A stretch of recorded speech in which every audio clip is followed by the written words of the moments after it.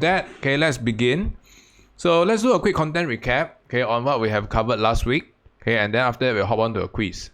Okay, and today will be the finale of all the series of monetary policy. Okay, I hope I can put an end to all the conceptual gaps, okay, for monetary policies based question. Okay, so this is probably your last chance to ask me, okay, any monetary policy based question. All right, something wrong with camera. Oh yes. Yeah, so one more thing, okay, if your camera is not working for whatever reason, okay, you can use your phone camera. Okay, just turn on your front camera. Then I can also see you. Okay, whichever works, huh? Okay, I leave it to you how you want to. Hi Tuesha. Okay, when you're ready, please turn on your webcam. Thanks. Yeah, and make sure I can see you. Thanks, Tuesha. All right, so let's do a quick content recap on exchange rate determination. This was a topic that we covered last week, right? Yeah. So without looking at the notes, without looking at your notes, okay, I would like you to illustrate what have we covered last week. Okay, on Hari Raya. In fact, it was quite recent, only Tuesday only. Yeah. Yes, I see there are some familiar faces over here. Okay, so probably you guys can share with me what was covered in Hari Raya. Yeah, I'm still very concerned about. Maybe I should style my hair. Maybe after. Maybe should I style my hair? I've been quite sloppy in my appearance recently. My wife has been saying that. Okay, so we have learned about depreciation and appreciation, right? The concept is depreciation and appreciation.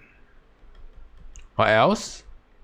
Okay, someone also mentioned using of demand and supply for exchange rate adjustment. Okay, so the price of your domestic currency will be your exchange rate. So later on the quiz, be careful. Okay, you're supposed to explain. Okay, you're supposed to know the framework well on demand and supply. Cost of depreciation and appreciation. I don't think I covered that though. Okay, I didn't cover this. Okay, I covered using demand and supply. Demand and supply of the domestic. I covered a very specific acronym, right? Okay, for those who were present, were you able to recall? Okay, what was the acronym that I shared? Okay, and last week, okay, or direct, okay, someone brought direct, okay, so for the viewers out there, if you're watching this clip, if you don't know what was the acronym that was used in the earlier lesson, check out lesson 22 on exchange rate determination. Okay, this is a new acronym that we have inserted into the book. Okay, newly inserted. Okay, so now help me. Okay, what does D stands for? Okay, type out whichever alphabet that you are familiar with, without looking at the notes, obviously. Okay, while Mr. Shimbo fixes our webcam. If your webcam not working, like I've said, okay, you can join using your phone camera. Your phone has a front cam. Yeah, that works equally as well. Okay, so we have taste and preference. We have interest rates. Hey, what about the rest?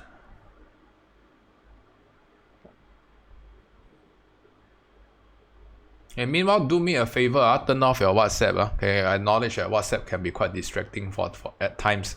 Okay, so can you all help me? Okay, Mr. Teo will off together as well. Okay, so all of us will be the same. Okay, I don't think it's future price. Okay, so it is expectation of future exchange rate.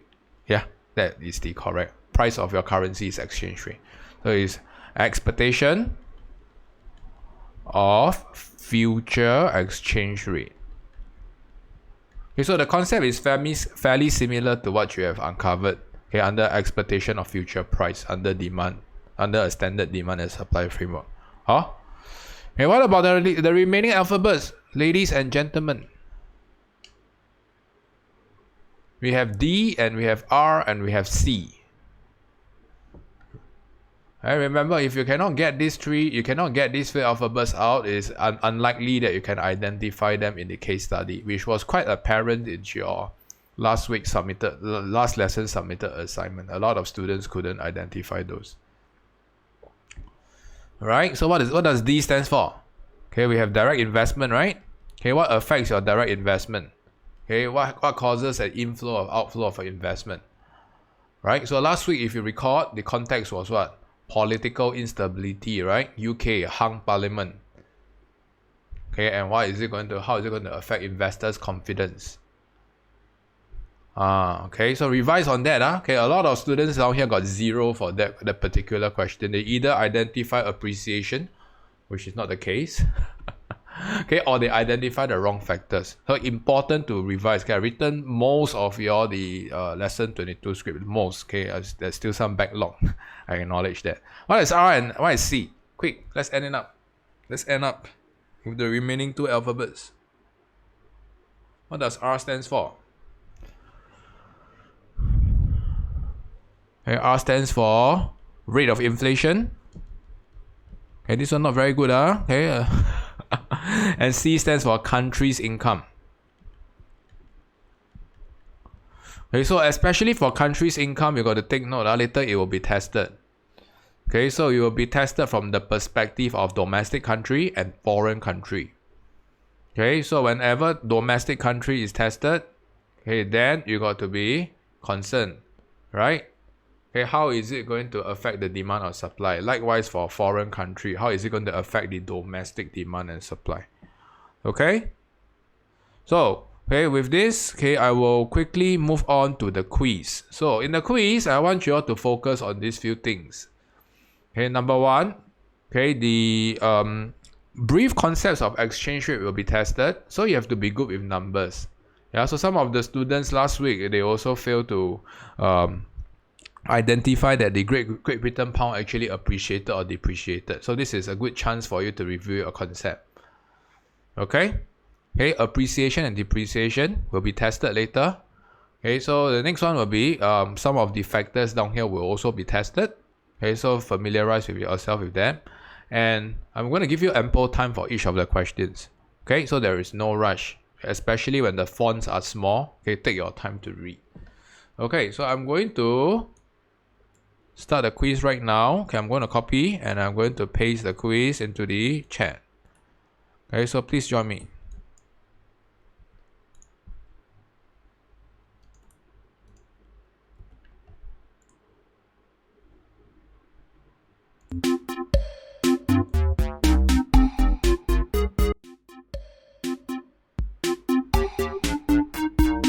Last week, who was the winner? Did we play games last week? I think it was Nat, right? Or Elijah, one of you. Let's see whether y'all can remain on the podium, Oh yeah. Okay, anyway. Okay, all the best. Good luck. Okay, let's go.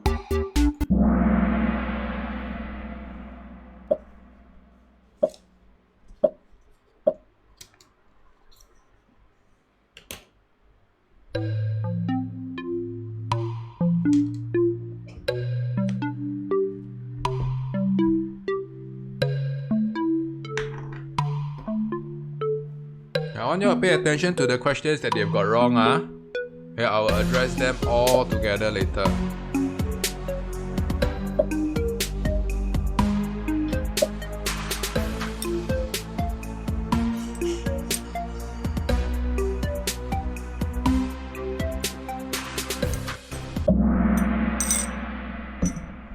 Okay, Q1.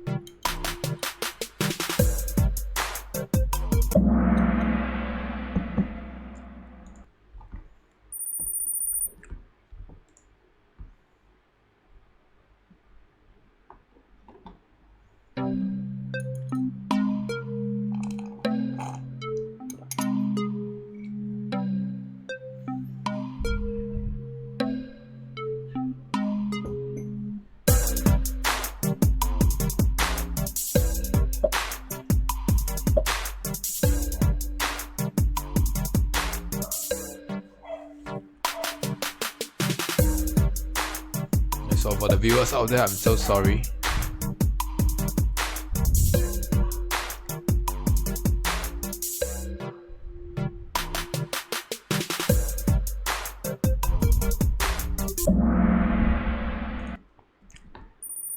Right, if you need to consume your lunch, go ahead. Okay, I'm not particularly concerned about what you're eating, just go ahead.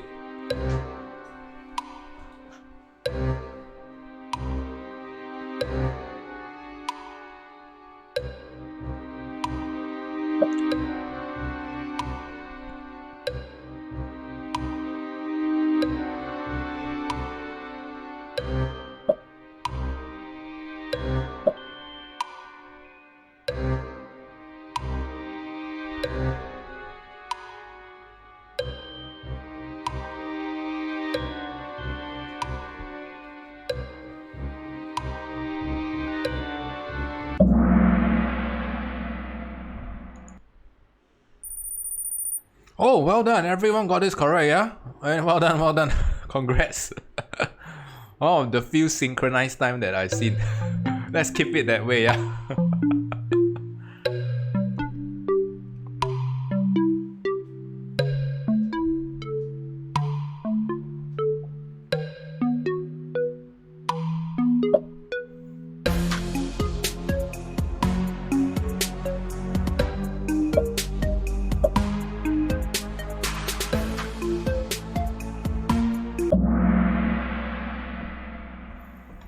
Right, maybe I shouldn't praise too fast.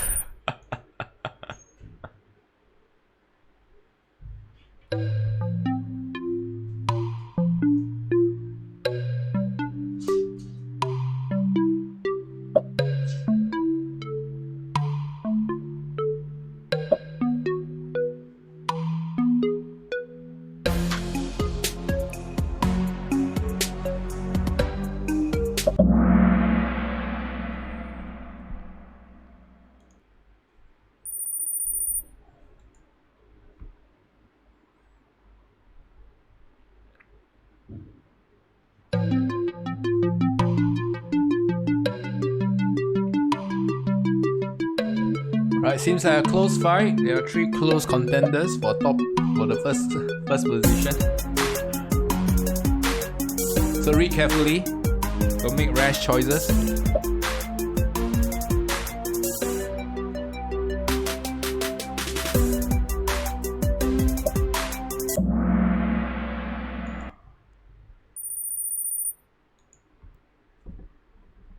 Okay, read carefully.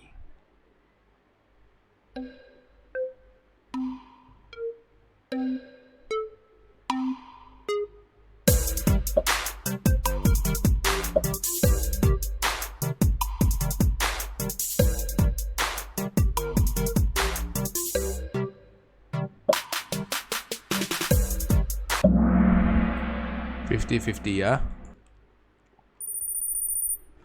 Alright, last chance. Okay, seems like everyone has Ned and Tuesha has a good chance to upset the leader. Good luck.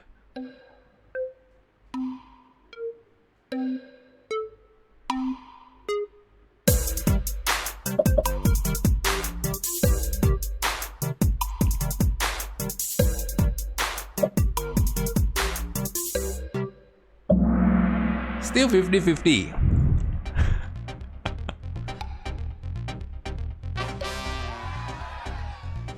Okay, Nat. Tuesh.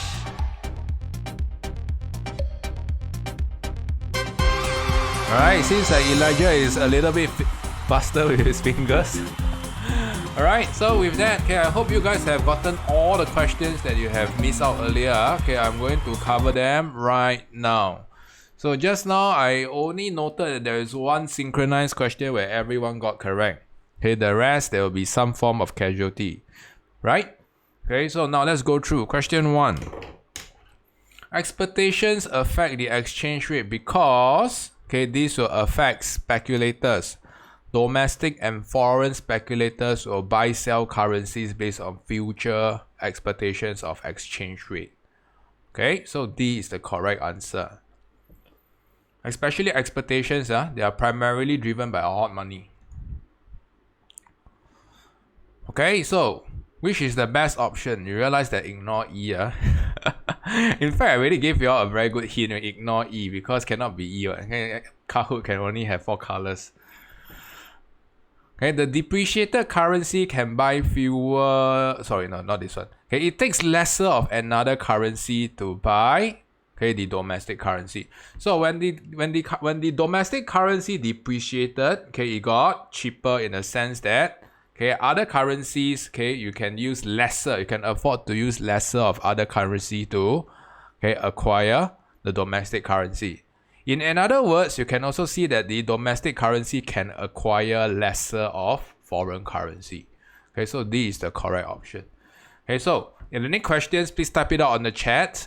Okay, and if you happen to type too slowly, we can clarify that during the break time. Clear? Okay, remember to identify the concepts that you didn't get it right. Okay, so this person is traveling from Argentina to Russia. Okay, the currency of Argentina is peso. The currency of Russia is ruble. The exchange rate is 1 peso is to 2 ruble. So 1 peso can buy 2 ruble. So what can we conclude about the exchange rate? Okay, so C is the correct answer. You can see that if 1 peso can buy 2 ruble, okay, 1 ruble can buy 0.5 peso.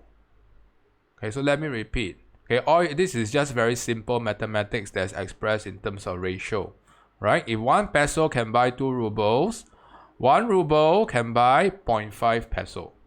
Okay, so this is the only correct acceptable answer down here.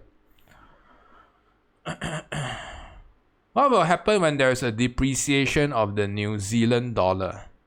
Okay, you can see that when there's a depreciation of the New Zealand dollar, see okay, if the New Zealand dollar has depreciated against the ruble, okay, what is the best description down here? Okay, so you realize that when the domestic currency depreciated, okay, it can buy fewer foreign imports. Alright? Okay, and to be more specific, okay, goods and imports are going to be more costly in domestic price. Okay, and therefore C is the correct answer. Okay, purchasing power has decreased. 5, everyone got correct. 6. Alright, so for 6, okay, you are supposed to, you can see that this is a currency, right? Nicholson nickel. Okay, so Nicholson nickel is a trading partner of United States. Okay, so if you're supposed to look out for the foreign exchange market of Nicholson nickel. Okay, your y-axis will be the quantity of NN. Okay, your x-axis will be the foreign currency in terms of domestic currency. Okay, so let me repeat. Okay, it will be US dollar. Okay, in terms of NN per NN. Sorry, yeah. So item 7, which of the following describes an equilibrium in the foreign exchange market? Okay, when demand equals to supply. D is the correct one. Okay, when demand equals to supply of the domestic currency.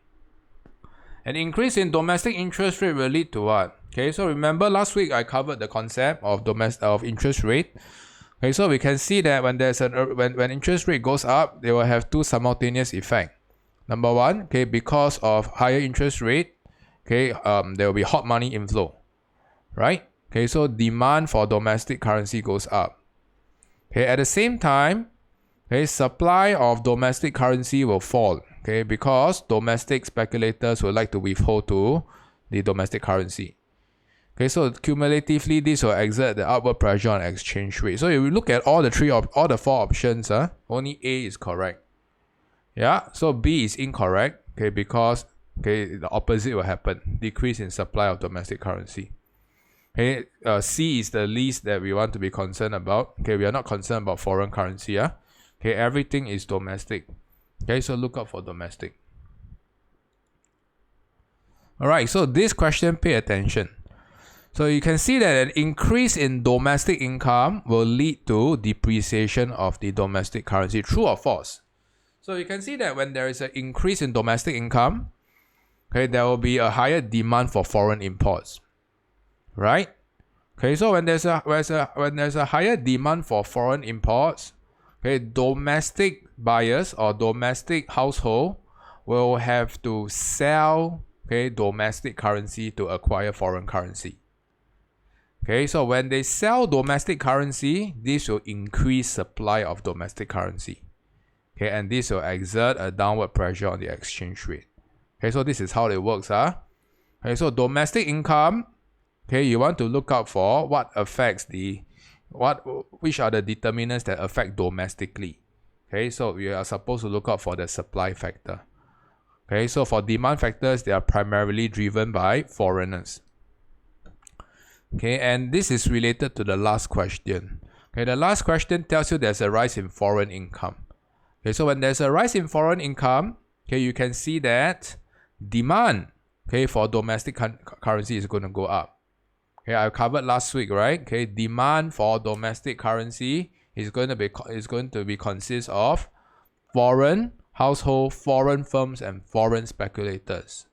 Okay, so anything that is foreign, okay, is going to affect demand of the currency. Okay, so higher demand for exports, okay, and there will be a higher derived demand for the currency. Okay, therefore, this should lead to an appreciation, not a depreciation. Is everyone clear? Alright, okay, so with that, I hope you guys have clarified all your conceptual gaps. Okay, we won't be coming back here anytime soon. Alright, so this will, whatever that we are going to cover right now will be the finale of all the monetary policy series. Okay, so make sure, okay, you address any gaps that you have. Okay, because we are not coming back anytime soon. Clear? Okay, so we are going to kickstart with the learning objectives. Okay, and after that, okay, let's see how things work out.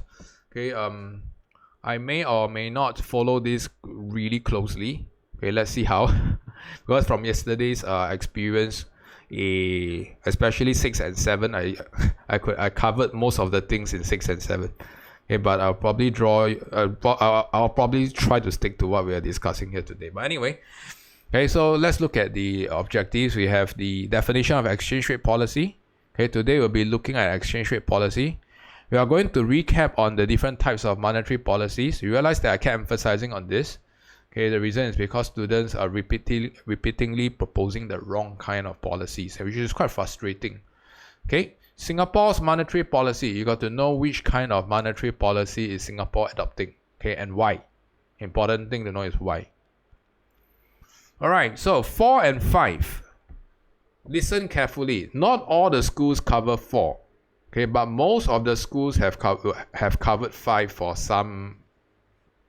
Well, in fact, most of the schools will cover 5, but 4, not a lot of schools have covered. So I just like to have a quick show of hand. Okay, which school has covered 4 before? Okay, good, Nat, Elijah. Okay, schoolers. Okay, and okay, don't have. If schoolers follow me. Okay, if your school doesn't cover number 4, okay, I will still cover, because 4 is a prerequisite to understand Marshall Lerner Condition. Okay, so if your school covered 4, they will definitely cover Marshall Lerner Condition. Okay, so who hasn't heard of Marshall Lerner Condition? Anyone? Whose school doesn't use Marshall Lerner Condition? Okay, so at the point of shooting, I do know that some schools don't use this concept. Okay, I think it's Hwa Chong. Okay, Hwa Chong doesn't use that. I'm not sure whether the Hwa Chong notes have changed. Okay, but yeah, that's of my knowledge. Okay, so if your school doesn't use Marshall Lerner Condition, they will use something that is similar to this concept. Okay, so it's beyond our scope to cover today. Okay, so most of y'all use Marshall MLC. Okay, MLC, I will be covering that in depth today, and I will be illustrating what are the pitfalls for MLC. I've seen a lot of students abusing MLC. Okay, so knowing doesn't mean that you should abuse that. Okay, I'll tell you what are the specific conditions that you should look out for. Clear? MLC. Okay, so after that, okay, we'll be looking at the effects of an appreciation or an depreciation, okay, when a country adopts exchange rate policy. Alright, so I'll be going through concepts of primary and secondary channel. Okay, most of the schools don't use this approach. Okay, I'll share with you why is this approach a little bit better for you to understand. And then if all things fail, okay, always stick to what I mentioned about primary channel. Primary channel is the most important. Clear? Any schools use primary and secondary channel when they illustrate this? I know RI uses that. Yeah, okay, so I don't see any hands here. Alright, so item 8 to item 11, okay, I'll be looking at electronic road pricing, no, okay, exchange rate policy, yeah, okay, exchange rate policy on the 4 macro objectives. Okay, especially for the last one, it's for H2 only, balance of payment. Okay, after that, we'll be quickly going through what are the constraints and unintended consequences of monetary exchange rate policy. Okay, then we'll be going through how is it going to be tested in exam. Okay, before we wrap it up with a time prac. Okay, clear everyone? So if there are any questions that I can take, please type it out on the chat. If ever I'm too fast, type it out on the chat. Not sure what I'm saying, type it out on the chat. Okay, any things that you want to ask me, if you want to ask me, Mr. Teo, what's your lunch? Type it out on the chat. Okay, I welcome any questions. Clear? Alright, so types of monetary policy. Let's do a quick recap. Okay, which are the 2 types of monetary policy that we are concerned about? Type it out.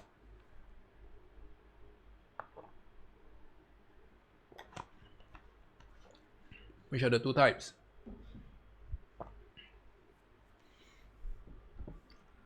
Okay, we have interest rate and exchange rate, right? Okay, so I was saying that okay, most of the countries adopt interest rate. Okay, so the rest of the world, I covered this before. Okay, countries like Japan, US, Korea. Okay, I'm not sure about North Korea though. I was referring to South Korea. Yeah, okay, Indonesia. Okay, and for Singapore, okay, Singapore adopts a exchange rate monetary policy. Okay, so to simplify, okay, I'm not going to go through the different exchange rate systems. Yeah, I believe your school have briefly covered that, right? Have you all seen the exchange rate systems before? Fixed, floating, managed float. Okay, so it's unlikely to be tested like that. Okay, so for exam practicality, okay, this has very little exam value, so I'm going to skip that. Okay, so all we need to know is Singapore adopts exchange rate targeting. Okay, and they can choose to appreciate or depreciate their currency. The actual mechanism of appreciation and depreciation also don't need to know in depth. Okay, so the actual mechanism is the central bank will intervene in the foreign exchange market to influence the demand and supply of the currency. Okay, but we don't need to know that. Okay, all we need to is to know that okay, the Central Bank of Singapore can step in to either appreciate or depreciate. So now I'm going to touch a little bit more about our friend Singapore here. So whenever Singapore is tested, you have to be concerned that exchange rate could be the focus. So what are the correct terminologies to adopt when we talk about exchange rate? Okay, so there are two broad terms that we use. Okay, the first one that you want to be concerned about, okay, is what we call a gradual appreciation. Okay, I believe this was reflected in most of your school notes, right? Okay, so the Sing dollar is expected to gradually appreciate over a given time. Yes? Okay, so this is the monetary policy that is adopted by Singapore. Okay, now the opposite is slightly more tricky. Okay, please pen this down. Some of the schools, okay, they cannot accept the opposite. So what is the opposite of gradual appreciation? Try. What is the opposite?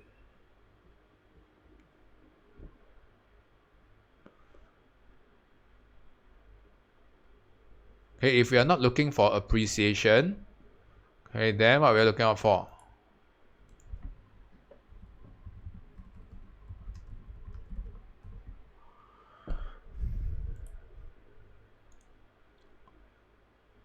Okay, so the opposite, okay, will be zero appreciation. So you have to know what is the flavor of your school. Okay, some of the school, okay, they don't like to see the word depreciation. Okay, and they will mark you down if you use the word depreciation. Okay, so if you look out for the monetary policy that's conducted in Singapore on their website, they will never tell you that there is a depreciation because this will invite speculative attacks. Okay, so they will only tell you that okay, they are going to adopt a gradual appreciation. or they'll adopt a zero appreciation. Okay, so whenever zero appreciation is used, the context is the same as depreciation. Is everyone clear? Okay, so you got to check with your school, okay, which of these two they like. Okay, so to me, I'm equally fine with these two because I know that these two are referring to the same thing. Huh? Okay, so with that, okay, I'm going to move on to Singapore's monetary policy. I'm going to really simplify that. Okay, I'm going to skip all the the different kind of exchange rate systems. Okay, so all you need to know is go to page 107. Okay, you have a book.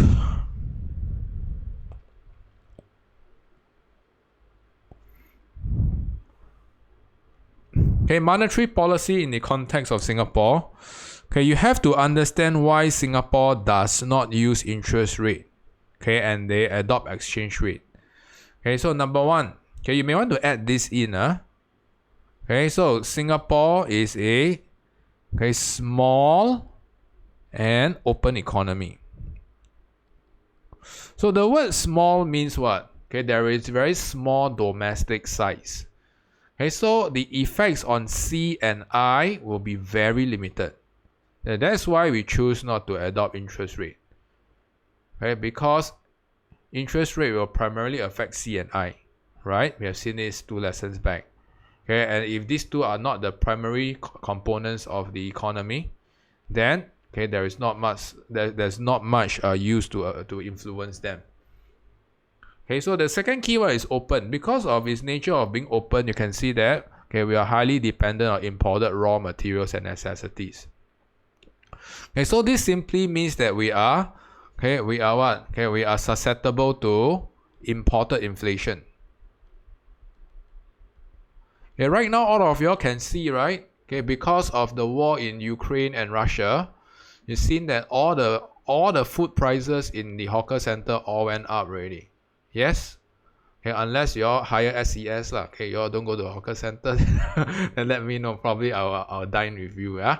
Okay, but yes, okay, you've seen that. Okay, and okay, this is a very, very, very real kind of inflation that's happening right now.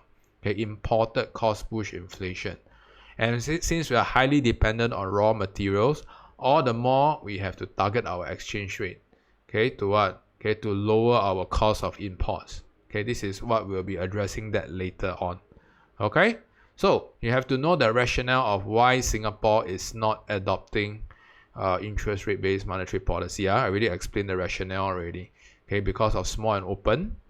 Okay, and because of import reliant, especially import of raw materials. Okay, raw inputs. Okay, that actually affects your production costs. Okay, so that's why we are going to adopt a gradual appreciation, but it doesn't mean that we will forever run a gradual appreciation. For instances like this, okay, later on I will share that we probably want to run an appreciation. Okay, we don't want to run a gradual appreciation. We probably want to run a steeper appreciation. Okay, gradual appreciation means that all things remains the same. There will be a gradual appreciation. Okay, but when it's time to intervene, okay, the government can choose to the central bank can choose to appreciate or depreciate. Okay, a steeper appreciation or zero appreciation. Okay, in other words, is everyone clear? Okay, so later on I'll go through that in depth. Okay, why do we appreciate and why do we depreciate? So later on, please pen down. Very, very important. Okay, a lot of students get killed there. Right? So with this, okay, I need to introduce you a very quick concept on J-curve and Marshall Lerner. So these two concepts are used together. Okay, so if you don't understand J-curve, okay, or if your school doesn't cover J-curve, then Marshall Lerner Condition you can't really understand why we need Marshall Lerner Condition. Okay, so whatever I'm going to cover now is good to know. Okay, but try to get the concept. Once you know the concept, you can fully appreciate what we are going to learn about Marshall Lerner Condition. Okay, so just now I do note that some of the students have covered J-curve in school, right? Okay, so what does J-curve tells us? Maybe Nat, I know that just now you kind of nod your head, right? Okay, maybe you can unmute, okay, and share Okay, what do you remember about J curve that was covered in school?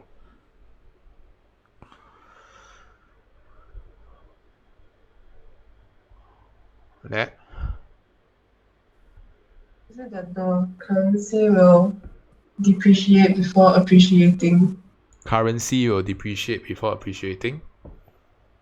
or like the net export revenue, yeah, Yeah, okay, that will makes more decrease sense. before? That makes your currency don't fluctuate around. Okay, but we're making predictions on your balance of trade, your net exports. Okay, so the J curve effect simply tells us that given a depreciation of the currency, okay, your balance of trade, okay, will initially worsen before it improve. So you can see that the y-axis is your balance of trade, your x-axis is the time period. Okay, so you can see that there's an inflection point here. Okay, so it tells us that in the short run, okay, then initial depreciation will worsen your current account or your balance of trade, followed by an improvement over a longer horizon. Okay, and later on we'll be using elasticity concepts to address that. And hello, my friends. Okay, elasticity is back, like it or not. Okay, so if you realize that you have been struggling with elasticity for a longest time period, this is the finale, and it's going to hurt you real bad if you don't understand what elasticity is. All right. So please catch up with the first year concepts on price elasticities. Okay, if you really have concerns with this concept, no, you will never get this, huh? All right. So now let's deduce the effects on depreciation first. Okay, a currency depreciation has two effects. Okay, what is going to happen to price of export? What's going to happen to your exports? That's going to be denominated in foreign currency. Is it going to be cheaper or more expensive when there's a currency depreciation?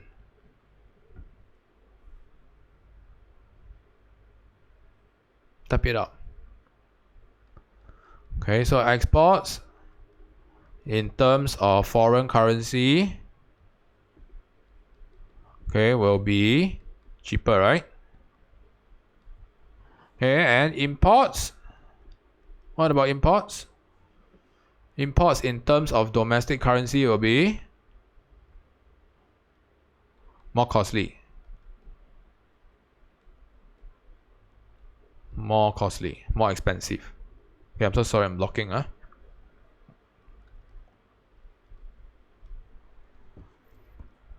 Okay, so ideally, okay, you realize that because exports are relatively cheaper, imports are relatively more expensive.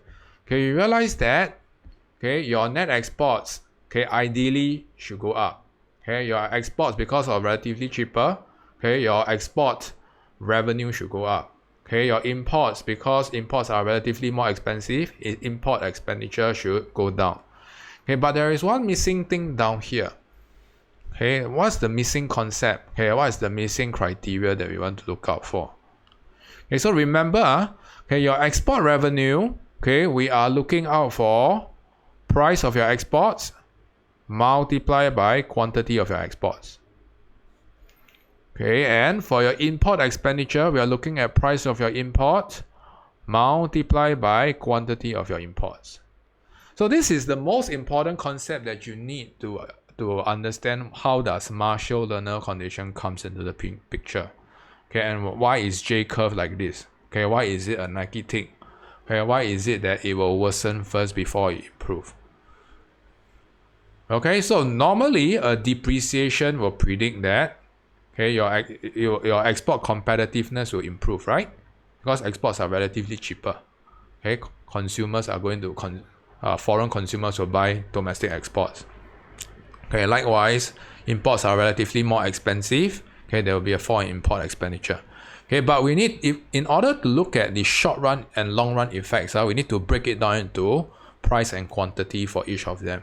So far, are y'all following me? Now, what could have caused your short run net exports to decline, or rather your net export revenue to go down? Okay, meaning to say, okay, your export revenue will have to go down and your import expenditure have to go up, right? So how can we justify this? So remember, okay, we have actually deduced that initially, okay, your price of your exports in terms of foreign currency is relatively cheaper, and price of your imports in terms of domestic currency is relatively more expensive, right? Okay, are you following me with these two arrows? Yes? Now let's look at the export side first. Okay, we realize that in the short run, okay, in order to satisfy a worsening of your balance of trade, your export revenue must go down, right? So what could have caused your export revenue to go down? Okay, given a fall in price. So this is where we have to use the concept of elasticity. Okay, we know that, okay, law of demand, price and quantity is inversely related, right? Okay, so we're supposed to look out for the responsiveness of your quantity demanded for your exports. Okay, so in this case, okay, what can we conclude about the price elasticity of your exports in the short run? Okay, in order to satisfy a worsening of your export revenue.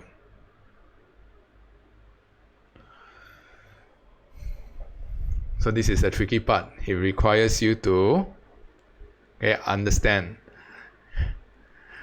elasticity.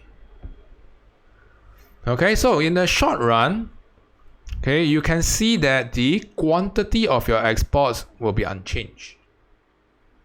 Okay, we know that, okay, ideally it should go up. Okay, and the higher it goes, okay, your export revenue will be positive.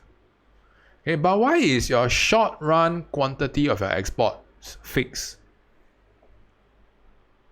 Why is it totally not responsive to exchange rate changes?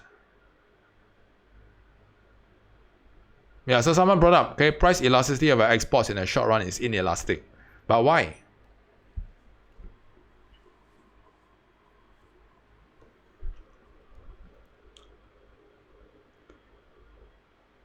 So here's the thing, okay, so let's say, okay, if you are selling, let's say you're domestic, you're exporting raw materials, you're exporting wood, okay, to other countries, Malaysia, Indonesia, or whatever. Okay, so in the short run, okay, you realize that you are obliged, okay, to fulfill a certain amount of export quantity, right? Okay, you have signed a contract with Malaysia. I need to export 100 tons to this country, 200 tons to that country. Okay, so the quantity that you are going to commit yourself is going to be fixed. Okay, and it cannot be changed over time. Okay, and therefore, okay, with a depreciation of the domestic currency, you realize that if the amount that you are going to sell is not going to go up because of contractual obligation, because you are locked into export contracts with other countries, then your export revenue will go down. Is everyone following me? So in other words, okay, your PED is relatively inelastic or perfectly inelastic in a short run. Okay, it does not respond to price changes. So if a depreciation, okay, this is going to hurt exporters. They are going to receive lesser export revenue because they cannot sell more. Now at the same time, you realize that for imports, okay, imports become more expensive in terms of domestic currency, right? Okay, but what can we conclude about the price elasticity of imports in the short run? They're likely to be what? Elastic or inelastic?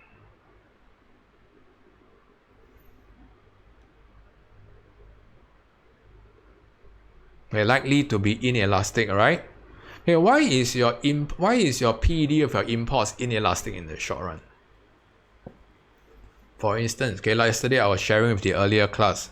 Okay, so let's say if you're very used to drinking, just now I was drinking coffee beans, okay, from beans from Indonesia, right? Yeah, beans from Indonesia. So I'm so used to this brand of coffee bean. Okay, so if you realize that when prices of these coffee beans in terms of domestic currency goes up, okay, but I'm very used to this particular brand. Okay, so which concept is tested under PED? Okay, it tells us that the consumer needs time to develop a substitute, right? Yes. Okay, so demand for imports is going to be price inelastic in the short run, okay, because of a lack of available substitutes. Okay, so your quantity demanded for your imports is going to go down, but at a lesser proportion.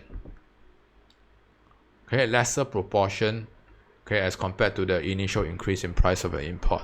So we can see that cumulatively, okay, import expenditure will go up. And when we sum these two up, okay, you realize that your net exports is going to worsen. So the key concept that I have covered so far, ladies and gentlemen, okay, in the short run, okay, your elasticity of your export and import are likely to be inelastic. And when they are inelastic, okay, especially price demand inelastic, this will cause a worsening of your net exports or balance of trade. Okay, so some of the schools, they use this concept. Okay, they use the concept of value effect. Okay, and volume effect. Later on, I'll illustrate what is value and volume.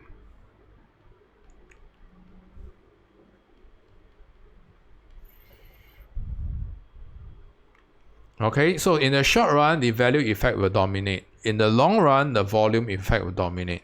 Okay, and if you understood elasticity, okay, everything will turn out to be just nice in a short while. So far, short run, any issues? Understanding why is there a worsening of your balance of trade in the short run? Alright, so I'm going to move on to the long run. Okay, so Marshall Lerner Condition is all about long run.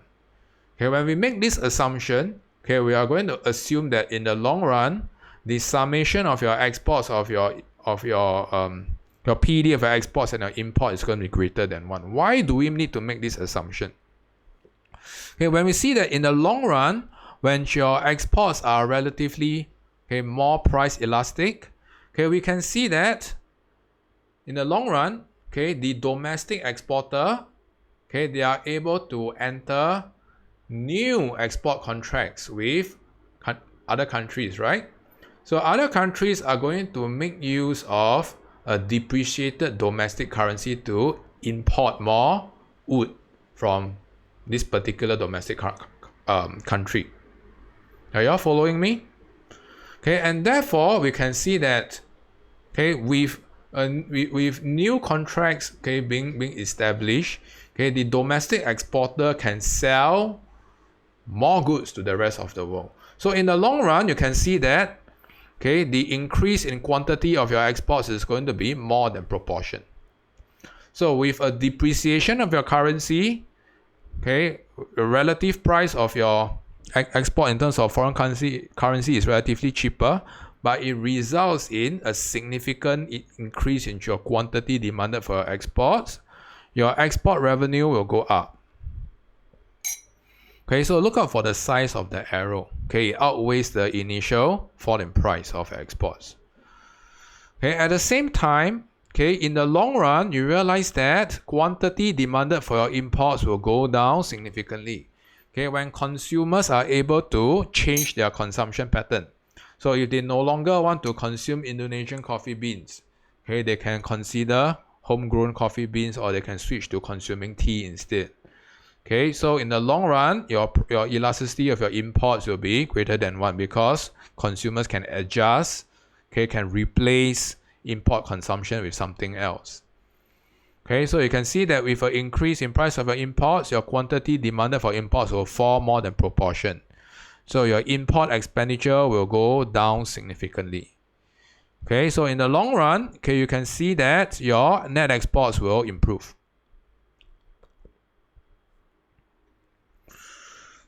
So why is it value and volume? Okay, so in the short run, okay, the value effect will dominate, okay, the price effect. Okay, in the long run, the volume effect will dominate. Okay, so depending on which effect dominates, okay, is it the short run value effect, which is the price, or the long run volume effect, which is the quantity demanded for exports and imports? Okay, so this is how Marshall Lerner Condition is being used in totality. Okay, so we have to make this assumption, in order to justify that, net exports will eventually rise. If we don't make this assumption, then everything is going to go haywire. Okay, and initial depreciation will have little effects on your net exports if you don't make this assumption. Okay, so far everyone clear about Marshall Lerner Condition? How is it used? Okay, I don't expect you to get this in your first try. Okay, especially when schools don't cover this, this can be very confusing. Okay, so if you don't understand what I've been saying, okay, review this clip, okay, when I upload that. Okay, you probably have a deeper appreciation of the concepts that are covered here. Okay, so in a nutshell, okay, what do you need to know about Marshall Lerner Condition? Number one, never ever spell it out as MLC. Okay, get rid of this nasty habit. Spell it out in full. Okay, you guys are going for an exam. Nobody else will know what is MLC. Alright? Okay, so make it a good habit to spell it out in full. Only Mr. Teo can use MLC. Okay, and even only I can use it in the class setting. Even in actual write-up, I also make a point to spell it out. Now, nobody has a monopoly over MLC. Okay, but let's respect this term, spell it out in full. Okay, so you will use MLC whenever there is a depreciation, mainly depreciation. Okay, so whenever you see a depreciation in the currency, you have to suspect whether MLC is going to come into the picture. Okay, I've seen so many students abusing this. Any factors that they see, they will just write MLC. It's not the case. Changes in domestic price has nothing to do with MLC. Okay, only when there's a currency depreciation or appreciation, then you use MLC. Is everyone clear? I put it on the record already. Whoever that anyhow spam MLC, you're going to write correction lines. Okay, so with an initial depreciation, okay, then you got to explain, okay, what is Marshall Lerner Condition. You got to assume that Marshall Lerner Condition holds. Okay, and you need to state, okay, the full, okay, the full formula of Marshall Lerner Condition. So it tells us that the summation of your exports and your imports and you mod them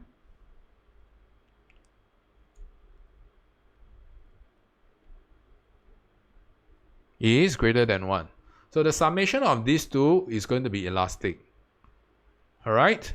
And when the summation of these two is going to be elastic, okay, then we can correctly interpret that, okay, because of an initial depreciation, okay, you can copy and paste these two effects down. These two are exceptionally crucial. Exports in terms of foreign currency will be cheaper. Okay, I'm going to pen this down. Please copy this. Exports in foreign currency will be cheaper. Okay, imports in domestic currency will be more expensive. And here's the part about MLC that you need to relate to. Quantity demanded for your exports, okay, will increase more than proportion. Okay, quantity demanded for your imports will fall more than proportion. Okay, you are going to illustrate that the volume effect will dominate in the long run. Okay, it's only when the volume effect dominates, then we'll see the upward. Okay, the upward tick. And okay, because of these two happening, then we will further relate it to your export revenue and your import expenditure. Export revenue will go up and import expenditure will go down. Is everyone clear? So this is how you want to illustrate the full series, the full sequence of your Marshall Lerner Condition following an initial depreciation. So can we use this to illustrate appreciation? Sure. Okay, but for appreciation, it's not the focus. Okay, the focus, okay, later on I will share with you, will be the effects on your AS, not on AD. Okay, so a depreciation is primarily concerned about export competitiveness. Okay, so to illustrate how your export competitiveness is improved, okay, we have to make the key assumption that Marshall Lerner conditions must hold first, okay, in order to justify that. Clear, everyone? Better, huh? Okay, I hope all of y'all are able to use Marshall Lerner condition properly from now on, huh?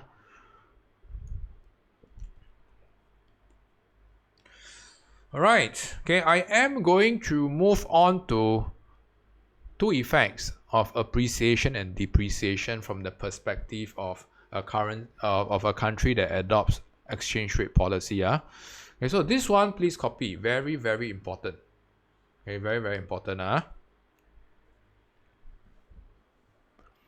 So before I cover this, okay, I need to make a mental note for down here. So I will be using concepts such as primary and secondary effect, primary and secondary channel.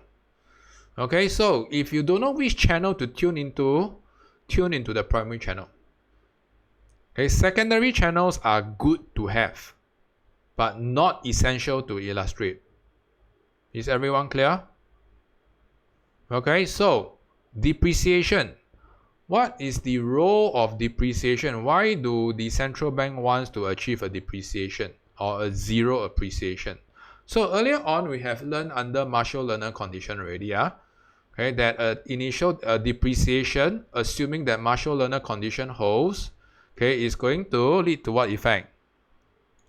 See, after going through all this, your x minus m is going to go up, right? Okay, so what does x minus m do? So here, okay, it's going to lead to an initial increase in AD. Okay, and remember our good friend, okay, of multiplier concept. Okay, this will lead to a further. Okay, so you can see that your net exports increase, your AD will increase from AD0 to AD0 prime, and this will lead to a further induced consumption to AD0 prime prime. Okay, and following the multiplier process, okay, your AD will increase all the way to AD1. So the effects of a depreciation, okay, there are three goals that will be addressed. Number one, you want to address actual growth. Okay, so when we use depreciation, we want to promote actual growth. Okay, I'm addressing all the goals down here. So make sure you're able to relate to what? Okay, the ADES framework. Number two, you want to reduce demand deficient unemployment. Okay, as a result of higher AD, demand deficient unemployment will go down. Okay, number three, you want to improve your balance of trade in the long run. Okay, because of higher net exports, balance of trade will improve and balance of payment will improve. Okay, so item 3, you do not need ADAS. Okay, don't need ADAS framework. No need ADAS. Okay, and this is a H2 concept. So whenever a depreciation comes into the picture, you have to be very quick to deduce that its effects is on AD, okay, to promote export competitiveness. Okay, through the promotion of export competitiveness, okay, there are some goals that are achieved. Actual growth, lower unemployment, specifically demand deficient, okay, and for the H2 students, okay, improvement of your balance of trade. These are the three primary goals. So some of the students ask me, Mr. Teo, why is a country adopting depreciation? Why is Singapore, why does Singapore wants to depreciate? Why does Singapore wants to appreciate? Remember, you need to look out, you need to be sensitive of what the country is facing, what Singapore is facing first. So whenever you see depreciation, you need to quickly pair, okay, all the potential problems that are lined up. So these are the three potential problems that Singapore may be facing. Maybe a recession, maybe a demand deficient unemployment, or maybe a worsening of a balance of trade. Therefore, there is a need for depreciation to correct all these three. Clear? So always zoom into always deduce what the country is facing first, okay, before we can propose policies. Okay, so you can see a depreciation can achieve quite a bit of things, right? Okay, so not all countries can achieve a depreciation. only countries that adopts exchange rate targeting like Singapore, okay, can influence their exchange rate directly through an appreciation or depreciation. Clear? Okay, if you are using interest rate based monetary policy, you cannot target appreciation or depreciation directly. Okay, my point here is indirect. Okay, so you can afford to skip the appreciation and depreciation channel when you're talking about interest rate based monetary policy. Clear? So the primary effects of a depreciation is to promote higher AD. Okay, so please pen this down. Okay, promote higher AD. This is the primary effects. Okay, with a higher AD, we have higher actual growth.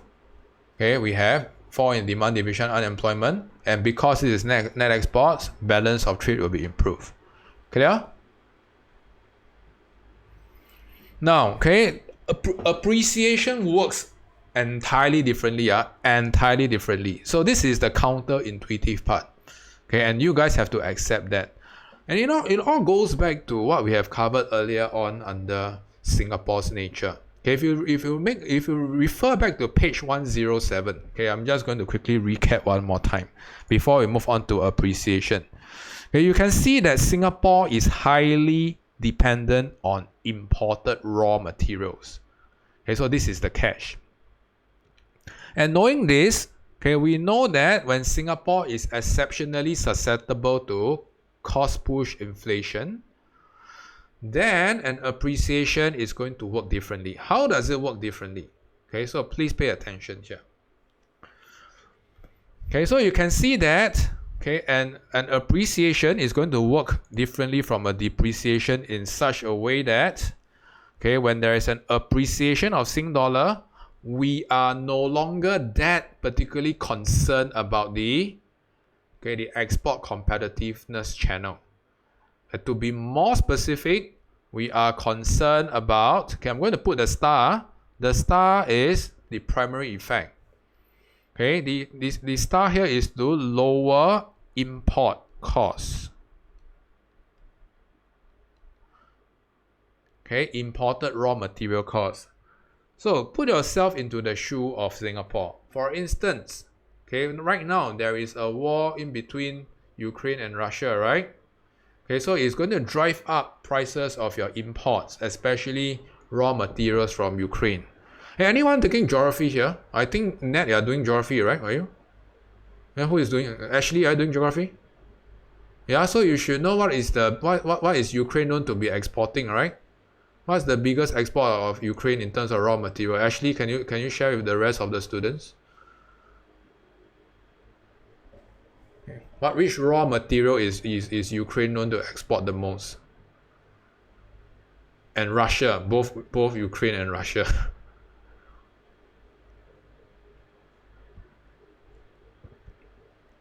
Okay, Russia is oil, right? Natural gas. Okay, so when there's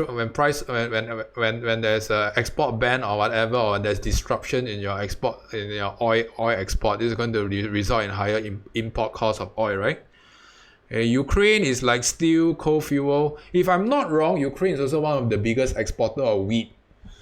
Okay, and wheat, okay, is going to result in what? Okay, higher bread costs, right? Food costs, because most of the food comes from wheat. Agreed? Unless you run on keto diet, if you're on keto diet, then wheat doesn't concern you, right? Then you probably eat a lot more fat. Okay, but most of us, right, that we are actually a lot more grain driven. Our diets are more grain driven. Okay, so we can see that, okay, when import costs from this country goes up, because it's harder to get, okay, because there is a disruption in your production supplies, then an appreciation makes sense. Okay, an appreciation of the Sing dollar, okay, will actually what? Okay, will allow Singapore to acquire more foreign currency. And when we are able to acquire more foreign currency with a stronger Sing dollar, we can acquire more foreign imports, especially imported raw materials. So let me repeat. Okay, a strong Sing dollar is going to work like this. Okay, with a stronger Sing dollar, okay, we can acquire more foreign imported raw materials through the channel of acquiring more foreign currency. Okay, and this will lower the production cost. Okay, so the effects will be like this. Okay, Okay, the AS curve will shift downwards.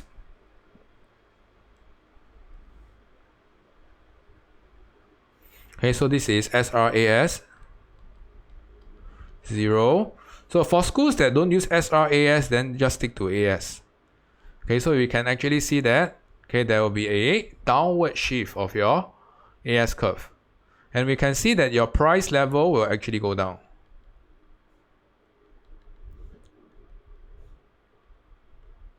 Okay, I'm not sure whether you all can see that.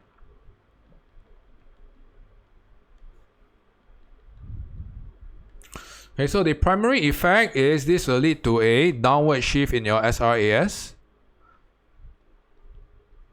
Okay, and this will lead to a fall in your general price level. Okay, through targeting your imported costs.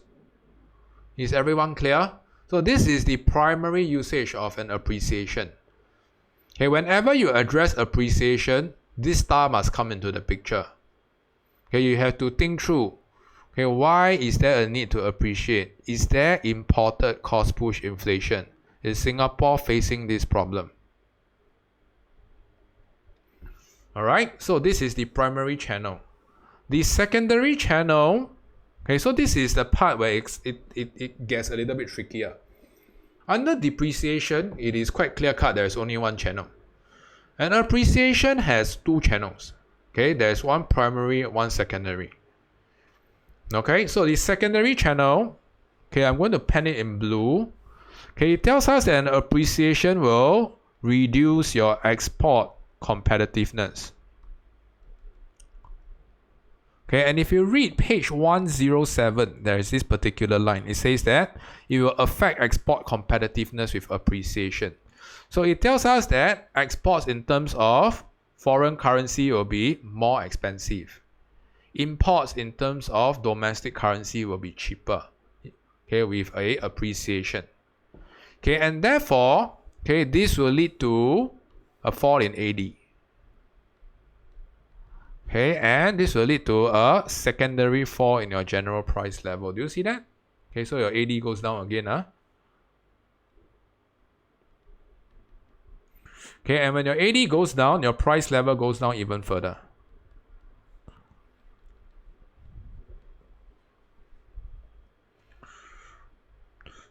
So, like I've said, when you don't have time, focus on this. Okay, when time is not a problem, you can afford to combine these two. Okay, and ultimately, you need to know that an appreciation, what can we deduce about the similarity between these two? What is the similar problem that they want to address? Okay, the similar problem that you actually see is they are very good with lowering general price level, right? Okay, so they are very good at targeting inflation. Very, very good. Okay, and appreciation is going to lower your inflation twice. Primarily through the cost channel, okay, and secondarily through the export competitiveness channel. Because of a worsening export competitiveness, your AD will go down. Okay, so inflation, okay, so you're going to address inflation.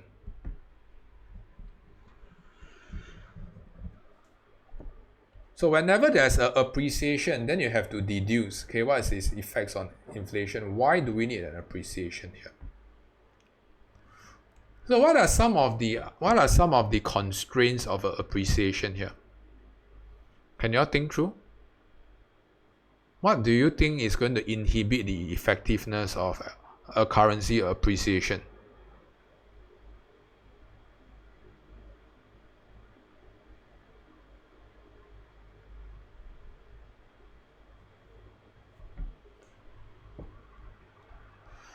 So now you realize that this is the most important assumption here. Okay, the most important, or spare capacity maybe. Okay, but like I said, okay, export competitiveness is not the focus. Okay, so the focus is on the cost channel. Well, the cost channel wise, spare capacity, the concept of spare capacity is not that important. Okay, especially when you draw it along the intermediate region. Okay, everything is going to be sorted out. But good try. Okay, so remember, okay, one of the key things that exchange rate policy, especially an appreciation of Sing dollar, cannot target, okay, are domestic cost factors or domestic supply factors. Okay, because it is so good at influencing import costs. Okay, in the contrary, it has very little effects to influence wage costs, right? Especially domestic wages. Because what? Because wages, domestic wages are influenced by your labor pool, right? They are not imports per se. So you need to look out for what is the root cause of inflation here. Okay, so in this particular year, okay, this will be a very effective policy. Okay, because okay, we are able to suppress imported costs quite effectively, okay, with a strengthening of Sing dollar. Okay, but if it is other problems, then probably this policy will have, if it's any other form of inflation, then this policy may not be that effective. Clear? Alright, okay, so just now I already mentioned exchange rate policy and economic growth. Okay, this is mainly, okay, the concept that you want to be concerned about is depreciation. So you have to get the direction right. Okay, depreciation. See? Okay, and if we want to lower unemployment, do we depreciate or appreciate the currency? Type it out.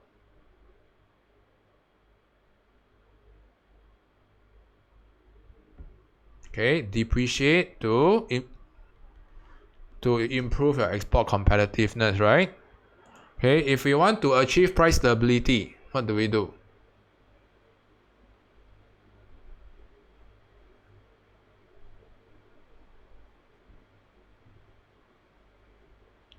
Okay, if you want to achieve price stability, so the key assumption here is it has to be imported cost push inflation. If it is imported cost push inflation, then we should appreciate. Alright? Okay, if it is any other form of inflation, then you got to think through lah. Okay? So, if it is any other form of inflation, let's say demand pull inflation, then you probably can consider the secondary effects, okay, of exchange rate policy. So I'm not saying that this is not important. Okay, this is important in specific context only. Okay, when there is demand pull inflation in Singapore. Okay, then you want to reduce aggregate demand, you can consider using the reverse approach of a depreciation. And appreciation is going to lower export competitiveness. But it still doesn't target the, or rather it is still not as effective because primarily it's used to influence import costs. Okay, so like I've said, it depends. Okay, if imported cost push inflation, okay, you appreciate. Okay, and if it's demand pull inflation, you can also probably appreciate. Okay, but always look out for this.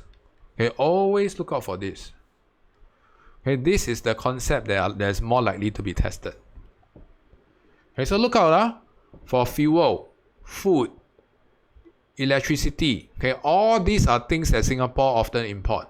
They are susceptible to cost push inflation. Clear? Extracts will tell you that. So be extra sensitive about this. Okay, so a balance of payment. Okay, should we depreciate or appreciate in order to achieve a healthy balance of payment? Type it out.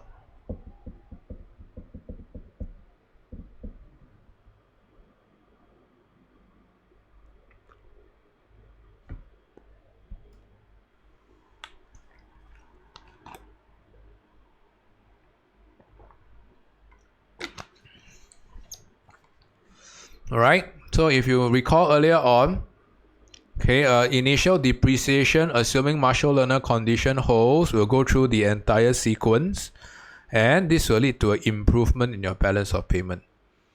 Right? Okay, so only a depreciation can achieve an improvement in your balance of payment. Okay, appreciation will worsen your export competitiveness, okay, and it will worsen your balance of payment. So this one will be depreciation.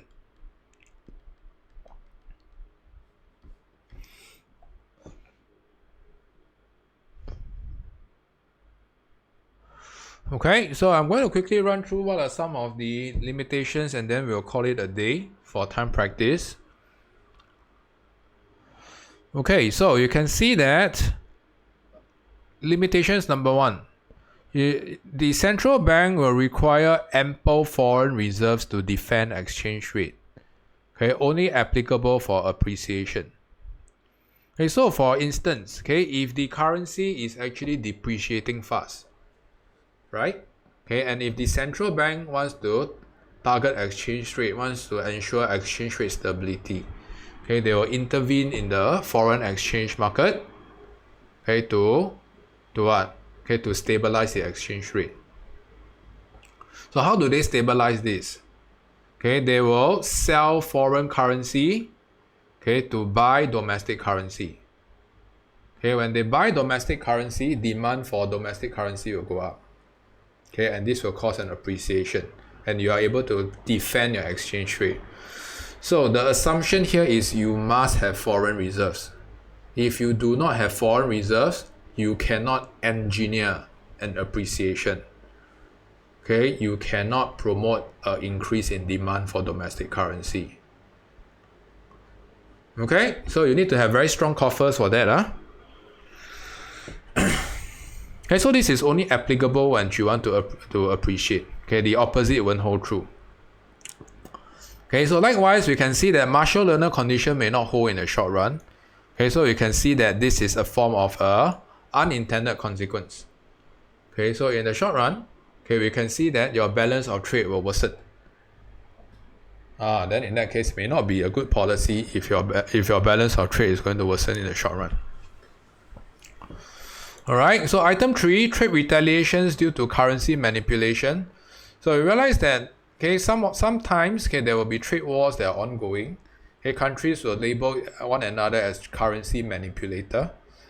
Okay, so you can see that when a currency is so-called to be manipulated, okay, they can be deeply undervalued, okay, or deliberately undervalued. Okay, when they undervalue their currency, they are going to gain export competitiveness over the rest of the countries. Okay, so prior to this Ukraine and Russia war, previously it was the trade war between US and China. So they often label each other as they are very weird labels on one another. US will often call China currency manipulator. Okay, so this is what it means. Okay, a deliberate depreciation of the currency in order to gain export edge over the others. And the last one will be conflict of goals. Okay, you can see that every policy that you know, I want to share with you a very simple concept. Okay, you realize that every policy is designed to solve a specific problem. Okay, but any overuse or overdosage is going to be a problem, right? So you realize that drugs that are prescribed, they are prescribed exact dosage. If you overuse, this will become poison. Do you agree with that? So in this case, we realize that when the economy is experiencing a depreciation, when the central bank is targeting a depreciation here, what are some of the conflict of goals down here? We can see that eventually, when spare capacity is exhausted, this could lead to demand pull inflation. So this is what I mean. Conflict of goals can arise. It depends on how extensive the policy is used. It depends on whether spare capacity is exhausted. This is where spare capacity is exhausted. Then problem can arise. Alright? And an appreciation is also not free of problems. Appreciation, you can see that when we want to address inflation, the unintended consequence here is what? This will worsen export competitiveness, right? Your exports in terms of foreign currency will be more expensive. Imports in terms of domestic currency will be cheaper. Right? And your balance of trade, balance of payment will be worsened. Okay, so every policy will have its own double-edged sword. Okay, you need to know how to correct the problem without hurting yourself. You need to know how is it going to hurt yourself when you are government, and when to propose that it is going to hurt yourself. That's the important part of all the policies that you have learned. What are the conflict of goals that may potentially arise? Okay, so each policies come with their own risks. It's all about the priority of the government. Okay, what kind of risk can they accommodate, and what kind of risk they should avoid? Okay, so if the country is already running a balance of payment deficit, then they probably don't want to appreciate the currency. Okay, they want to find some other tools to do that. Okay, so remember what I'm sharing today, very important. All the policies come with a risk. Okay, you got to know what are the risks of adopting that. What are the problems that can arise from that, complications. Alright, okay, so for today we have learned a few things. We have learned the effects of appreciation and a depreciation. So by today, I hope you all know specifically what does an appreciation and what does a depreciation does. Okay, what are the primary effects and what are the secondary effects, especially for appreciation. Okay, and you are able to relate quickly appreciation and depreciation to respective economic goals. Okay, you have to get it immediately. Okay, differentiating between the primary and secondary channels, especially for an appreciation. Explaining how macro objectives can be reached with appreciation or depreciation. And to be more specific, what are some of the conflict of goals that may arise with appreciation and depreciation? Know what problem you want to solve, and know what problem that arises from the problem that you want to solve. And lastly, do not propose interest rate based monetary policy for Singapore. Every year in, year out, I kept emphasizing this. There will be some coconutans who will always go back to interest rate for Singapore. Please, I'm begging all of you, don't do that. The moment you put interest rate for Singapore, the entire script will be awarded 0. There's no coming back. Can you all adhere to this golden rule down here? No interest rate for Singapore means no interest rate. Don't propose that. Cannot help you all. Pardon my harsh lingo. I hate to label students as coconutans. But sometimes in exam, when you're faced with stress, sometimes it will turn into one unknowingly. Okay, so with this, I'm going to call for a break. I'll be back soon and we'll kickstart with a time practice. See you.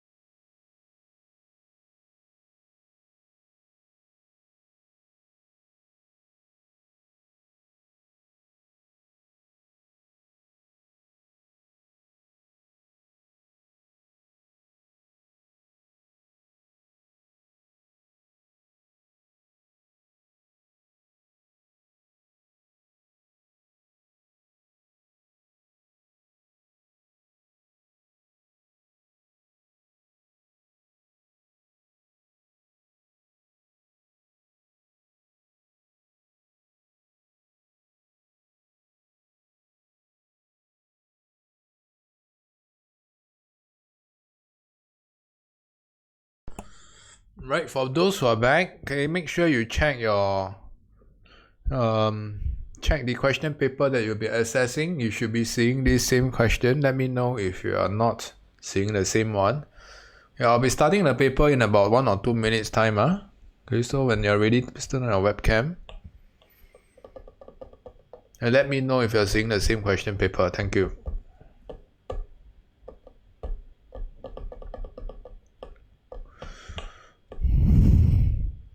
Thanks, Nat.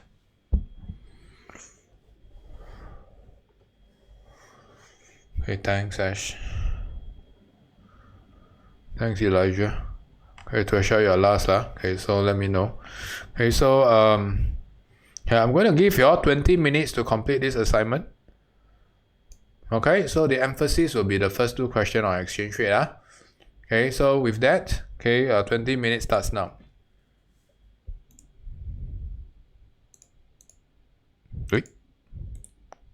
1 second. 20, save, go.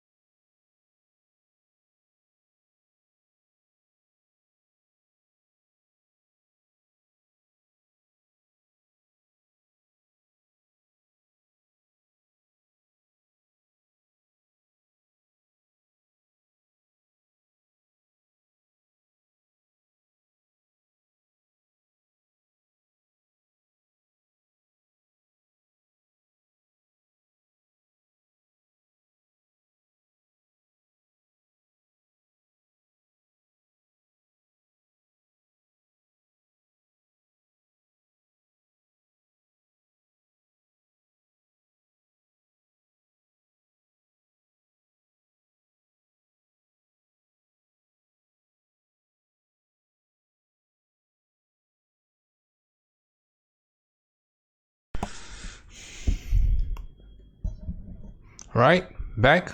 Okay, please turn on your webcam. Okay, I'll probably use the last 10 minutes to finish up. Okay, so once you're ready, everyone, please prepare your correction pen and turn on your webcam. Okay, and before I go on, I will attach the answer key in the chat. Okay, so make sure before you leave, download the copy of the answer key. Okay, if not, okay, the answer key will be up by tomorrow afternoon. Okay, and your submission deadline for this assignment is tonight 2359. Okay, so let me repeat. Okay, you have a long time to submit, but don't dilly-dally. Tonight 2359. The answer key is already uploaded on the chat. Okay, please download a copy. Clear? Okay, so with that, okay, let's look at the questions together. Okay, so the first question requires us to look out for why is Singapore's monetary policy exchange rate targeted instead of interest rate targeted. Okay, so earlier on, okay, I believe I covered in the class already. Okay, there are three important things to look out for. Okay, number one, okay, what is the profile of Singapore? Small open economy, okay, and it has a large trade sector and a small domestic sector. So the whole idea of a small economy is small domestic market. Open means that it has a large trade sector. Okay, if you just use more open economy, I'm going to close one eye and give you the credit. Yeah. So you have to illustrate why not interest rate. Okay, so I've explained earlier on. Okay, the effectiveness of interest rate depends on how big is C&I activities in Singapore, right? Okay, if you look out for C&I in Singapore, they are relatively low in size. Okay, in Singapore's composition of activities. Okay, therefore, okay, interest rate is not very important, and you want to emphasize on the huge trade volume and import content.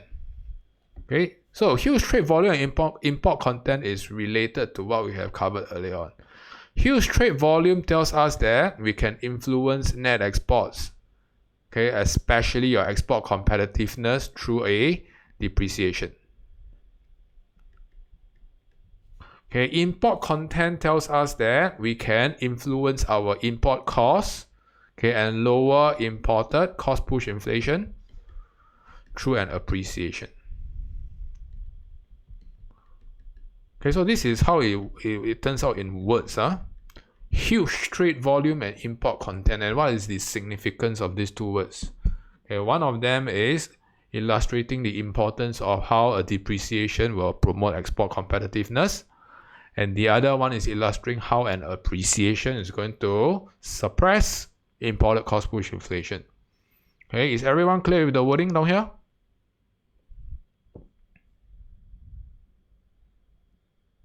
Okay, if you have any other interpretations, okay, please type it out on the chat. Clear with me?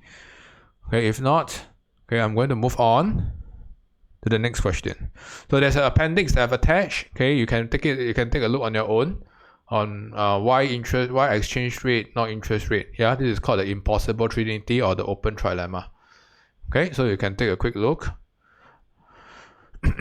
All right, so B2. Okay, with the reference to extract 6, explain how the appreciation of Sing dollar would temper inflationary pressures. Remember just now I covered this. Okay, there are two channels, primary channel and secondary channel. Okay, so if you look at the question, okay, you have to be sensitive of the mark allocation, 4 marks. Okay, so when there's an appreciation of Sing dollar together with inflation pressures, you realize that there is more than one source of pressure. Then you have to distribute your marks in the form of cost push and demand pull inflation. Okay, 2 times 2. Okay, so be extra sensitive to how the marks are going to be distributed. It's unlikely to be one-sided. Okay, 4 marks, and there's a plural being used here. Okay, so there are likely to be multiple sources of inflations here. Okay, so you have to illustrate the primary channel of reducing imported cost push inflation and the secondary channel of reducing demand pull inflation. So I'm going to show you the exact wording. Okay, I want you all to put a star, especially for such questions. They are very popular. Okay, and in fact, earlier on, okay, in lesson 22, the last question was also fairly similar to this. So exchange rate, appreciation or depreciation, somehow, okay, there is a repetitive way of testing it and relating them to inflation. Okay, so revise lesson 22 last question together with this. Okay, these two kind of combinations are likely to be, you likely see them in upcoming case studies. Very, very important to get them right. Okay, so the first part, okay, would be lowering of imported cost push inflation. Remember the concept that is tested here is inflation, right? Okay, so you have to go into demand pull and cost push. Okay, so lowering of imported cost push inflation. So the keyword here is import. Okay, you have to bring in the word import. Okay, because of the nature of Singapore being small and open. Okay, remember just now we mentioned there is a very high import content. Okay, the word import content tells us that there are a lot of raw materials that we're importing from the rest of the world. Okay, and then we are going to re-export them elsewhere. Okay, so a stronger Sing dollar will lower the imported cost of foreign inputs. You can see here rising food costs. Okay, this is the main problem that was stated in extract 6. Yeah, okay, it's quite, you realize that history has a way of telling us that it is going to come back again and again, right? Okay, right now the war is going to repeat its own cycle of history. See? Okay, rising food costs again.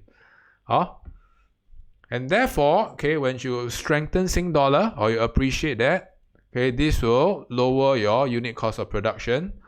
Okay, you can lower your SRAS curve and lower general price level. So I'm looking out for these few keywords.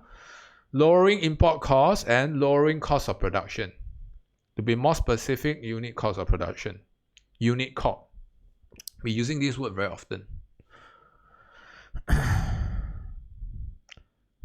Alright, the second part, AD. Okay, this is the secondary effect. I'm going to tell which are the important terms to focus on, which are the ones that are good to have. Okay, so primarily, okay, you have to address what problem do they target? Demand pull inflation. Okay, just now I illustrated this, right? Okay, you see? Demand pull inflation, you appreciate that. Okay, so primarily is this. Okay, but when the question allows for the next 2 marks to illustrate demand pull inflation, then all the more you should bring in. So now, okay, if you read the answer, okay, yesterday there are some students who mentioned that they spend quite a lot of time illustrating the effects of Marshall Lerner Condition. So do we need to use Marshall Lerner Condition here? Alright, so in a perfect scenario, you should. Alright, so let me repeat. Okay, all things remaining the same, if you have time, you should. However, okay, when you realize that you are taking too long to get the second mark, then you can afford to compromise a few things. Okay, so what can we compromise? Okay, you can compromise the entire Marshall Lerner Condition here. Okay, so the whole idea is this. Marshall Lerner Condition is more important when there's a depreciation than an appreciation. Okay, so there's a lopsided in the form of importance. So especially when there's a depreciation, MLC must come out. Okay, but when there's an appreciation, although MLC should work, okay, but in this case, you have to work out whether you have enough time to develop the context. If you do not have time to develop the effects of the relative price of exports in terms of foreign currency, relative price of imports in terms of domestic currency, then you can afford to drop that. Okay, you can also afford to drop the quantity demanded for your exports and import. Okay, and go straight to worsening of your. You can sum this into worsening of export competitiveness.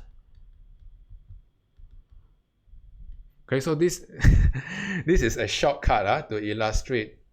Okay, to sum up this entire 4 sentence, and this will result in a fall in AD. Okay, and reduce your demand pull inflation. All right. So like I've said, okay, so some students are ask me, so which approach is advisable? Okay, will I be marked down if I use Marshall Lerner Condition? Of course you won't be marked down. Okay, in fact, examiners love that because they know that you know the concept. But whether is it worth that particular one last mark to use such a lengthy response is your call. Okay, I cannot make that call on your behalf in exam hall. Clear? So exam is all about making the right decision, and you have to look at overall, okay, how much time you have left.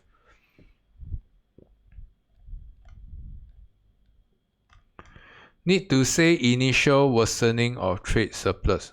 So this question is not about balance of trade. There is no need to talk about trade surplus or trade deficit. Okay, this question is about inflation. So don't get the goals mixed up. Okay, unless the question is asking you how does it affect your balance of payment. Then you talk about whatever surplus or deficit. If not, don't even bring in balance of payment, okay? Remember answering the question, okay, a lot of you all still sometimes, okay, go around one big circle to illustrate. In fact, okay, bring me here and there not answering the question. All right, okay, the last question. Okay, maybe I will ask one or two of you all to share your answer. Okay, analyze the economic impact of a deluge of foreign workers and foreign capital on the Singapore economy. So before we can address this question, okay, we need to know what is deluge. Okay, can you all type out quickly what do we mean by deluge? What does it mean? Okay, so someone brought out sudden influx. Okay, excess. Okay, so these are some of the key terms. Excess, sudden influx. Okay, so the second key term that you need to look into this question in totality is this. Impact and Singapore economy. Whenever you see these two terms being used together, okay, impact and Singapore economy, okay, this combination will tell you that we are looking out for macro objectives and macro problems created. So let me repeat. Whenever there is a keyword Singapore economy or whatever economy is used, okay, there is a very high chance that this is an objective and problem kind of question. Okay, how do we know that problems will necessarily arise? Okay, you can look at the word deluge. Okay, some of you already put huge and sudden influx. So the word huge and sudden has negative attachment, right? So something that's not so beneficial will essentially arise. Okay, so now, okay, maybe I will get Tuesha. Can you identify one impact? Unmute, thank you.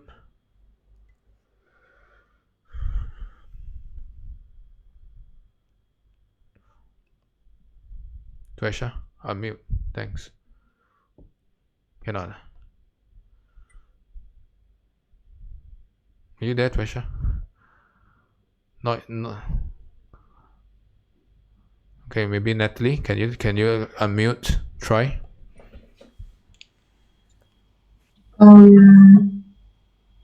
I said one of them is sustained growth. Okay.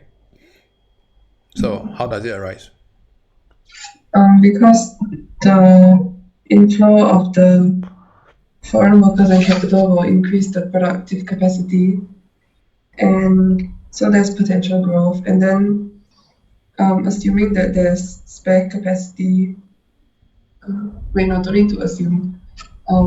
Then there will be the general price level will decrease, and there will be actual growth and potential growth. Okay, so the concept that is used is growth, right? So whatever growth can sustain, sustainable, inclusive, actual, or potential. Like I say, I'm not particularly concerned about whatever growth that you use. I'm just concerned about how you relate to the growth. So if you bring in sustained growth, it's not undoable, okay, but you need to relate to concepts of actual and potential growth, right? So you need to attach one of them to potential growth and one of them to actual growth. Okay, so foreign capital is likely to be injection of investment. This will lead to actual growth. Foreign workers is likely to lead to higher quantity of your labor pool.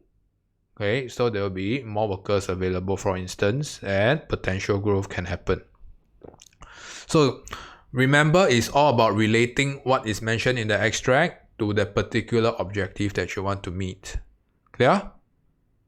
Okay, so sustained growth, make sure you have two components. Personally, I wouldn't build sustained growth because it's very lengthy to write. Okay, I'll just bring in actual or potential growth. All right, Ashley, okay, can you bring in one problem?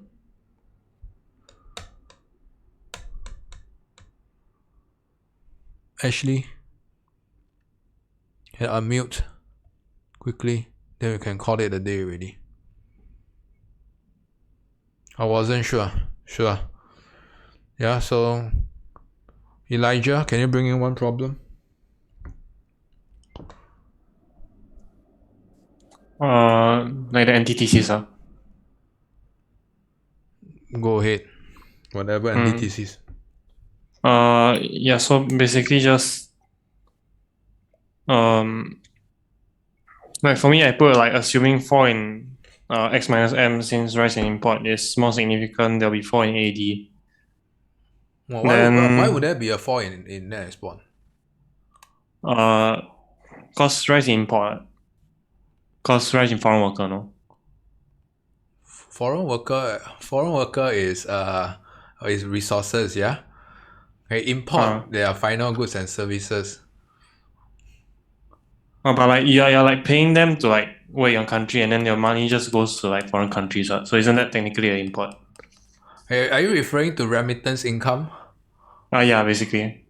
Okay, remittance income and balance of trade are two different concepts. Oh, okay. Anyway, okay, the concept that is tested here, okay, you have to distinguish, okay, that first of all, foreign import is unlikely to be tested here, okay, because import we are looking out for a particular finished good. Okay, so down here, if you look at the question down here, if you look out for the extract, they suggest that foreign workers as a form of factor of production. Okay, firms, businesses are turning to cheap labor, right? Because they're cheaper. Then restructuring is coming to a halt, okay, because there's a cheaper option. So all this suggests that there are structural supply side bottleneck, okay, that's waiting to happen because firms are not investing enough in productivity gains in Singapore. Okay, they rely on the cheap workers to experience for lower production costs. Okay, so you have to look at the whole extract as a whole. Okay, so yes, okay, when you interpret such question, I don't mean to pinpoint. Okay, so there is no thesis or antithesis in this question. There's no one side or the other side. Okay, thesis and antithesis. Okay, when we're looking at thesis and antithesis, is you look out for keywords such as discuss, whether, to what extent. Okay, so in the absence of this, there is no thesis or antithesis per se. Okay, the emphasis is on the word impact. Okay, so the impact that we're looking out for is a positive or negative impact. And when we pair this with economy, it is a macro objective and a macro problem combination. Okay, thesis and antithesis don't fit into such questions. Okay, so some of the things that you can consider to use here, you can see that the deluge of foreign capital will lead to lower unemployment and actual growth, and you can relate foreign capital to direct investment and higher AD. Okay, and this will lead to actual growth. If you want to pair it with foreign workers, also can. Then you can relate it to sustained growth. Okay, because the presence of foreign workers will increase your production capacity. Okay, so it's important to bring in benefit and cost perspective. Okay, very, very important. Okay, the keyword here, impact, requires you to look out for objectives and problems. Okay, so problems that may arise, from foreign capital. Can see that this will lead to demand pull inflation. Okay, may lead to demand pull inflation. Okay, especially when you read the extract. Okay, restructuring come to a halt, right?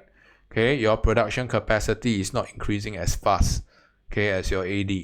Then this will lead to demand pull inflation. So for such questions, please put a star. It's exceptionally important and popular to know what the question is testing. Okay, so let me repeat one last time. economy question, sometimes impact may not be there. They will just put effects. Effects on whatever economy. Okay, this is the exceptionally important cue to illustrate this too. Okay, in fact, you can also relate to what balance of payment, budget, deficit, or whatever, okay, which the extract suggests. But always look out for these two angles. Clear? Never micro, always macro objectives and macro problems. Right, so for those who have issues addressing these, okay, this will come up for case studies. Okay, this the last two questions that I've shown you all are very likely candidates for case studies. So prepare for them, and if you don't get them right, make sure you do your corrections and revise them thoroughly. Yeah, and you will see such questions coming out in SOI very soon. In fact, it has already come out already. Yeah, so if you realize that you are continuously repeating in the same mistake, you have not learned. Alright, okay, so with that, okay, I'm so sorry for taking up all your time. Okay, sorry for exceeding. Okay, I'm going to stop recording.